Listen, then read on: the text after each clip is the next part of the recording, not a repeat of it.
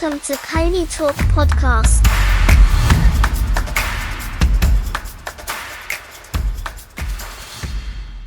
Hello, everybody. Hope you're doing well. You're listening to Colney Talk Podcast, a bite-sized show. I'm your host, Alex, first-time guest. Welcome, and to my returning listeners, glad to have you as well. On the show, I pick out my top 3 Arsenal performance in the game and the other guy below par or below levels of quality in performance. You know, one thing I often remember about London, especially in the north, going around with nice shops, good restaurants, very diverse and vibrant scenes. One thing I always look around and I notice that always stands out all over the place, like really in all these different nice places to visit, is the color of red. I think it's just painted and it's just very noticeable. It's one of the staple landmark banners and colors of not London. So I think it's best that we just call it North Red London. I mean, that's what history shows, and still till today, that's what it is. So we should just all embrace that because North London is red. Arsenal faced Spurs at their ground. Today, everyone saw that this team was built different with the 2-0 trashing. I mean, there's a lot to be proud of. I am so proud of the boys and the coaches, the way they played, and so much to see this joy that we share from away to the fans on the ground. It's just a good feeling.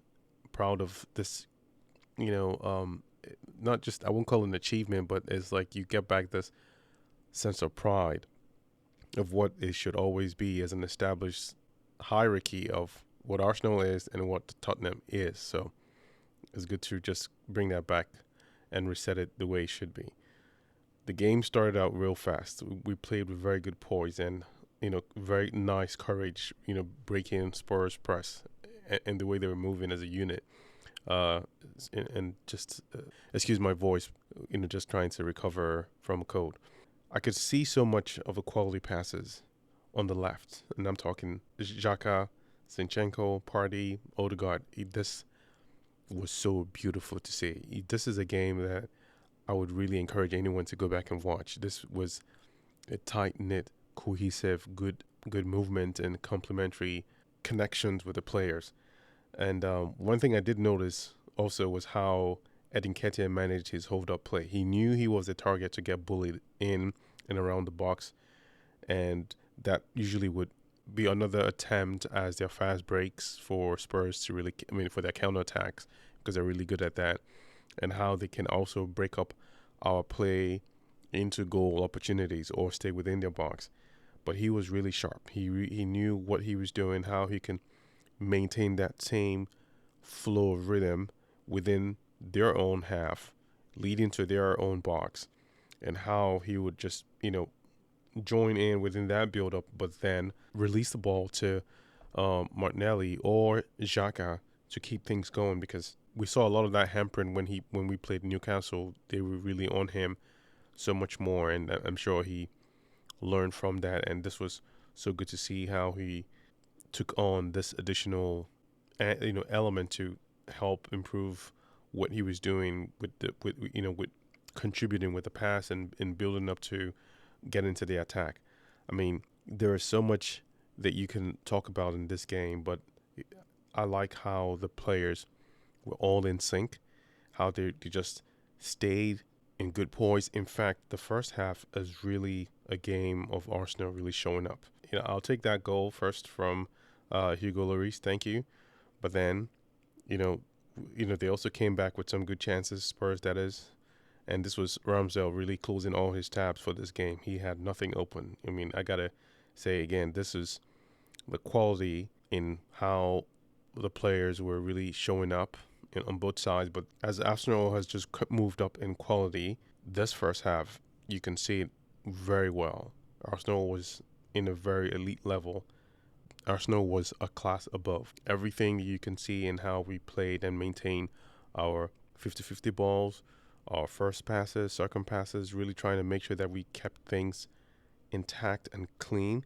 I mean, Partey also almost had the replica of his goal, but it was off the bar in that first half. But boy, it was just amazing Arsenal players were fantastic in that first half, as I said. Tight margins of breaking the press and loose balls, winning the first and second balls to keep that fluidity, and the captain's finish. Oh my goodness! Like this is really what I talk about when I say Odegaard has risen his game.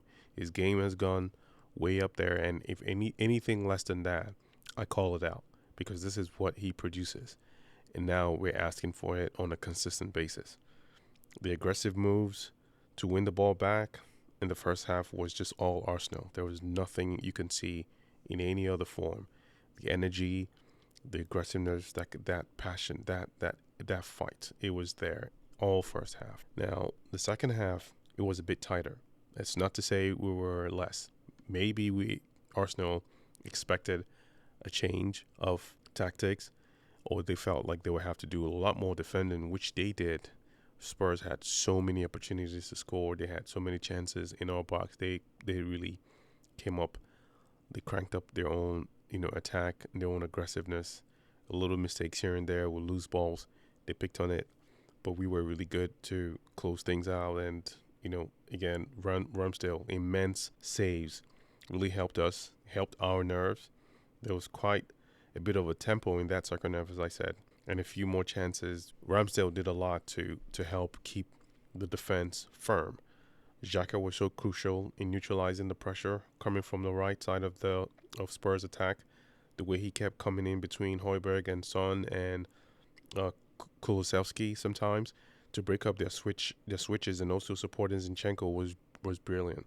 That was part of the game that the players expected to. I mean, the players, Arsenal players, expected to dig deep, play for each other, handle the waves of pressure, and control the tempo and how they were going to move the game back into their own style of play.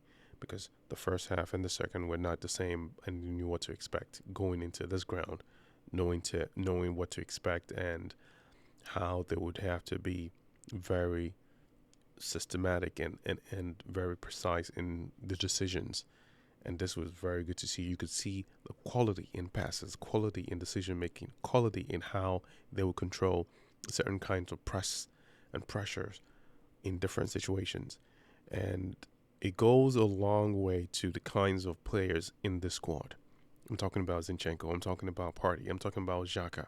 I'm talking about Odegaard. These are dynamic players within the middle part of the field or in around the edges of the flanks and what they do, because any little thing would lead to an immediate goal, and they knew how to maintain and manage that. The defense is in a different unit as how they would deal with any circumstance, but this was something that was very evident as you watch this game. It was just such a beautiful game. I know North London Derby is a different game on itself. It's a different part of the competition within the whole campaign, but I mean, this was a beautiful game to watch, and I would recommend you go back and watch this again because these players, they really showed out. So with that, my standout top 3 performance in the match: Ramsdale, unreal performance.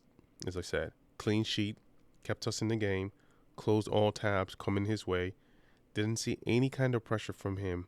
He was all business, fully checked in. He just knew what he was up for, and I guess the the challenge of keeping a clean sheet in Spurs ground was something that he had in his mind, and boy did he achieve that. So kudos to him. Second player, Odegaard, by a country mile. He was a conductor of the attack. Our captain, he was in total control of the game. The first half was open channels flowing from him to Saka and Nketiah. His shots, his attack, his presses, his dribbles in tight positions. Man, he is just unbelievable. Press resistant levels have gone up. What a quality player he is. And the way he can convert to switch plays and stay in control. I mean, he capped this with a beautiful goal. Odegaard's hunger to shoot more has gone way up, as I said in previous podcasts. He was very shy in shooting now. That is second nature to him. And those shots attempts that he makes, Odegaard that is, often leads to a goal or assists in some sort of way. So, I'm really liking what he's doing and more of that. Zinchenko, my third guy for today. Quality unlimited. his touch and vision with the ball is off the charts for me.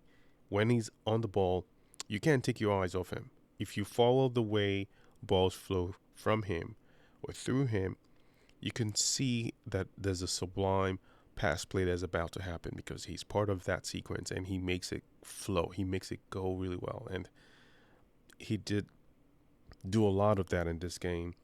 So much of his control was crucial, especially in the back, which Spurs were hoping to just hound on a slight mistake in around the edges of our box to score a goal or something, which they did a few times. This was from a couple of the aerial duels that Zinchenko missed, but that's not in effect of Zinchenko losing the balls or something like that. But he played really well.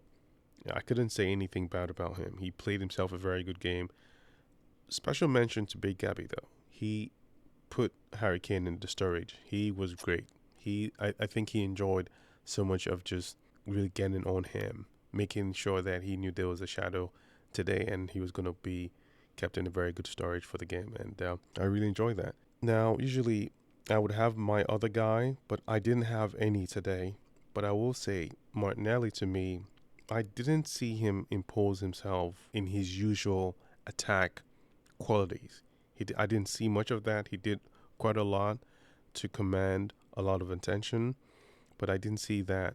Maybe it was just probably how they defended him, that his goal threat performance didn't just show up. He probably may have been locked down, but I was hoping to see some sort of Martinelli's quality like unleashed. But hey, I saw so many more from the players, and that was good for me. But that's the only thing I'm calling out. Certainly not a poor performance in my opinion. So I'll leave it at that. I'm so happy with this win. We have a lot of work to do for the squad. There's a serious pressure, no doubt, making sure like there's a quality reinforcement that we can get in this window that we have, and it's closing even as we speak. But I commend the team and the coaches for keeping everyone in shape and staying up, and just keeping my fingers crossed that nothing goes wrong, because we need all these players and they have been doing well so far. So Ramsdale, Odegaard, and Zinchenko make my top three, and Martinelli, my other guy that I feel like he was missing something to show for in the game. I'll leave it here for now, folks. We have another big one coming in, but I'll celebrate this win especially because we know what North London is. For now, I'll leave this with you. I hope you enjoyed this bite-sized podcast. Please make sure to share it with your friends. If you do, thanks for listening. Talk to you soon. Take care. And bye.